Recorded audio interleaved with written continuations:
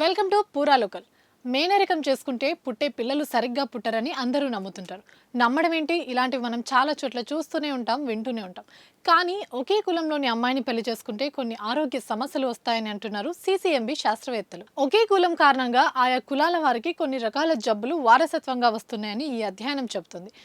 4 వేరు సమూహాలకు చెందిన 281 మంది జన్యు క్రమాలను పరిశీలించి ఈ నిర్ధారణకు వచ్చినట్టు తెలిపారు. జబ్బులకు వాడే మందులు కొన్ని సమూహాల్లో ఎందుకు భిన్నమైన ప్రభావం చూపుతున్నాయనే అంశాన్ని కూడా పరిశీలించినట్లు శాస్త్రవేత్తలు తెలిపారు. కీళ్ళ నొప్పులు, వెన్ను, లెగ్మెంట్లలో వాపు, మంటకు కారణమయ్యే స్పాండిలైటిస్ ఓ నిర్దిష్ట జన్యుపరమైన మార్పుతో సంబంధం ఉందని తెలిపారు. హెచ్ఎల్ఏ అని పిలిచే ఈ జన్యు మార్పు కారణంగా ఆంధ్రప్రదేశ్లోని ఒక ప్రాంతంలో ఒక సామాజిక వర్గాలలో ఈ స్పాండిలైటిస్ ఎక్కువగా ఉందని గుర్తించినట్లు కిమ్స్ ఆసుపత్రి రుమటాలజిస్ట్ డాక్టర్ శరత్ చంద్రమౌళి వెల్లడించారు. కొన్ని కులాలు, సమూహాలకే ప్రత్యేకమైన వ్యాధులు, జన్యు రూపాంతరాలను కూడా గుర్తించినట్లు వివరించారు. ఆయా సమూహాల్లోని వారు ఈ వ్యాధులకు వాడే ఔషధాలు ఇతరుల్లో కంటే భిన్నంగా పనిచేస్తాయని సిసిఎంబి శాస్త్రవేత్తలు పేర్కొన్నారు.